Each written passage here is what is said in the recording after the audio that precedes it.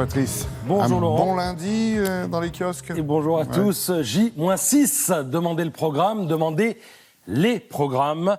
Encore une pierre dans le jardin de tous ceux qui font métier de remonter les bretelles des médias au prétexte qu'ils ne parleraient pas du fond des choses. Si vous avez du mal à choisir, si vous échouez à déterminer qui est le plus protectionniste, le plus social, le plus vert, ça va être compliqué parce qu'ils ont tous repeint leur programme en vert. Voyez clair. Le Parisien qui œuvre utilement pour que chacun y voit plus clair à l'approche des élections européennes. Mais en réalité, sont-ce bien des élections auxquelles nous sommes conviés? L'affaire n'est-elle pas en train de tourner au référendum pour ou contre Macron?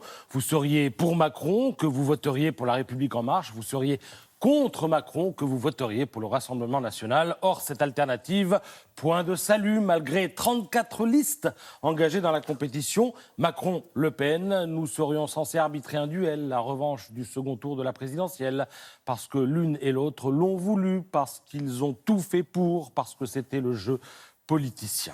Mais il faut se méfier du peuple, surtout quand il est en colère, comme c'est le cas depuis 6 mois. Il est versatile, le peuple, imprévisible, un peu gauche aussi parfois, ce qui autorise Emmanuel Macron à rappeler aux Gilets jaunes qu'ils n'ont pas de débouché politique, ce qui conduit l'humanité à fustiger, je cite, la morgue des dominants. La morgue, on ne va pas se mentir, c'est parfois une réalité. Et là, je vous propose de migrer vers le Figaro. Vous y trouverez ce matin une pleine page d'interview. L'homme qui parle est un géographe qui a du flair, Christophe Guilluy.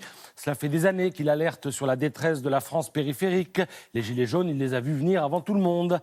La stratégie de la France d'en haut est toujours la même, dit-il. Quand un phénomène populiste se produit, il est présenté comme accidentel et minoritaire. Les Brexiteurs, c'était de vieux retraités du Yorkshire. Sauf que la majorité du peuple britannique a finalement voté pour le Brexit.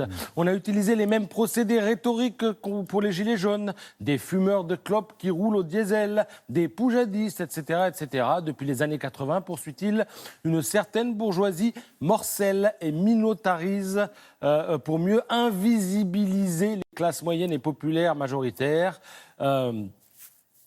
Et ça donne un phénomène conjoncturel auquel on assiste aujourd'hui. On finit par oublier que les Gilets jaunes sont inscrits dans la durée et non pas sont là de manière conjoncturelle. Et quand on lui demande combien de temps ça peut durer, il répond ça peut durer une centaine d'années. Il le fait avec un point d'exclamation, mais allez savoir. Ouais. Nous sommes en période d'élection et le mouvement des Gilets jaunes, d'aucuns le voient évidemment comme le magot électoral. C'est le cas de Marine Le Pen, qui se présente en anti-Macron. C'est également le cas de la gauche. Mais, je vous l'ai dit, le peuple est joueur et aucune liste ne fera le plein de voix jaunes.